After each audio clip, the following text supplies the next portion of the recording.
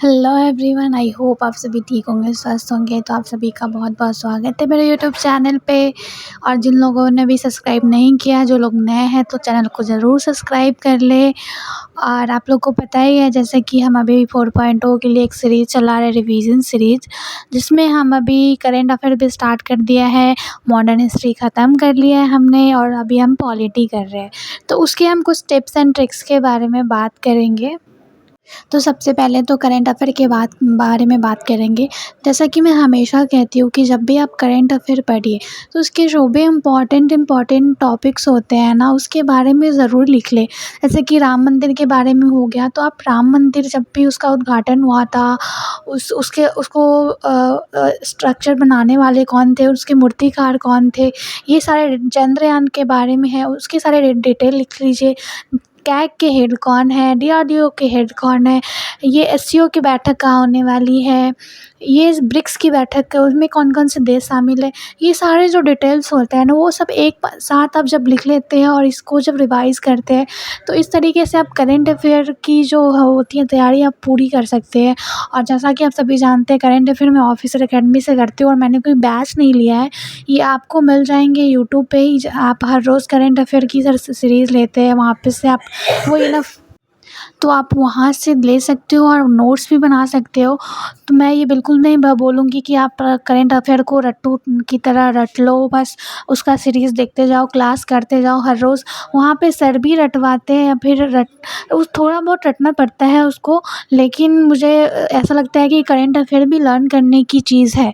तो सर वहाँ पढ़ाते हैं, वो मैं बोलती हूँ वो इनफ होता है।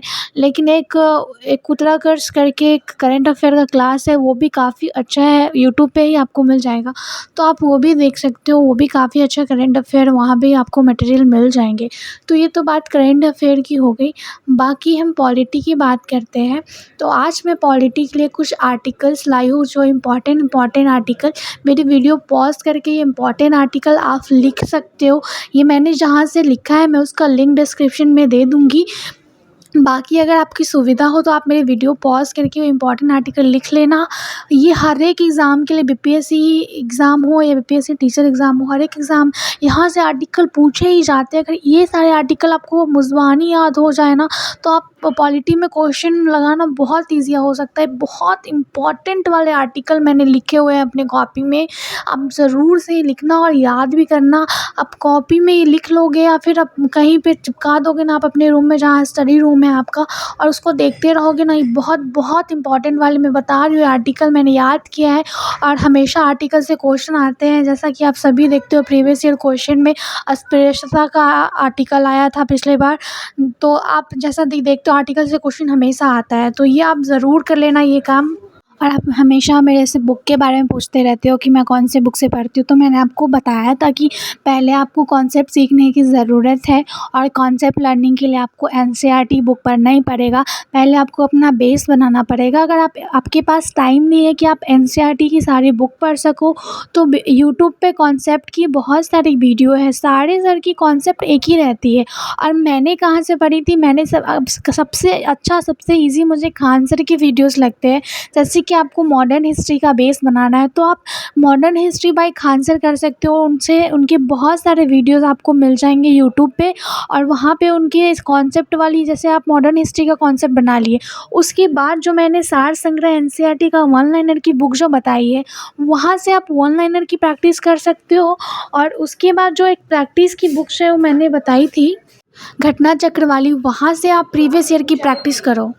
तो ये स्ट्रेटजी आप अपना सकते हो कि पहले आप कॉन्सेप्ट करो, बेस करो। तो पॉलिटी के लिए भी आप सबसे पहले कॉन्सेप्ट बनाइए, और कॉन्सेप्ट बनाने के लिए मैं हमेशा प्रेफर करूँगी एनसीईआरटी बुक। अगर आप एनसीईआरटी नहीं पढ़ पाते हैं, तो आप खान सर के लिए, जिसका भी बेस वीक है, सबसे पहले मैं प्रेफर करूँगी कि आप खान सर का पॉलिटी बाय खान सर आप सर्च कर सकते हैं, यूट्यूब पे आपको आसानी से मिल जाता है। तो आप पहले खान सर का पॉलिटी पढ़ लीजिए। कॉन्सेप्ट बना लीजिए। उसके बाद जो एनसीईआरटी की वन लाइनर सार संग्रह है, वहाँ से आप जब वन लाइनर पढ़िएगा तो कॉन्सेप्ट और ज़्यादा क्लियर होगा। तो आज पॉलिटी में हमारा जो चैप्टर होगा, हमारा जो पॉइंट होगा, वो सबसे पहले मैं राष्ट्रपति पढ़ूँगी। पहले तो मैं रिवीजन कर लूँगी, पहला जो पढ़ा था उसका कर लेती हूँ, हमेशा उसको कभी मत भूलिएगा। पहले जो पढ़ा है उसको मत छोड़ के आगे मत पढ़ने लगिएगा, उसको एक बार ज़रूर देख लीजिएगा। उसके बाद तो राष्ट्रपति जो होते हैं हमारा भारत का जो पहले नागरिक होते हैं, और उनकी जो उम्र होती है 35 वर्ष से जो होता है वो राष्ट्रपति बन सकते हैं। और इनका जो उसमें जो आर्टिकल्स होते हैं राष्ट्रपति के, कौन कौन से आर्टिकल हैं और कौन से आर्टिकल राष्ट्रपति के किन काम में है उनका, जैसे कि राष्ट्रपति का निर्वाचन कौन से आर्टिकल में है, उनका पद कौन सा है, पुनर्निर्वाचन के लिए क्या है, राष्ट्रपति का निर्वाचित होने के लिए क्या क्या अर्हताएँ हैं, उनके पद के लिए क्या शर्तें हैं, राष्ट्रपति द्वारा शपथ कौन से आर्टिकल में आता है, महाभियोग चलाने की क्या प्रक्रिया है, राष्ट्रपति जो क्षमा करते हैं उनका क्या क्या है, कि कैसे किन किन नियमों को लागू करके वो क्षमा शक्ति अपना लागू कर सकते हैं, और संघ की कार्यपालिका शक्ति का विस्तार भी है। और राष्ट्रपति की मृत्यु, पद त्याग अथवा हटाए जाने पर पद की जो रिक्ति है वो 6 माह की सीमा के समय सीमा के भीतर ही भर दिया जाता है। इन सब के बारे में हमने पढ़ा। और राष्ट्रपति बनने के लिए आपको किसी भी पद पर लाभ प्राप्त नहीं होना चाहिए। अगर आप राष्ट्रपति बनते हो तो आप अगर किसी पद पे हो तो वो पद आपको छोड़ना पड़ता है। और राष्ट्रपति को उसके कार्यकाल समाप्ति के पहले से अगर पद पर से हटाना है तो महाभियोग की प्रक्रिया चलाई जाती है।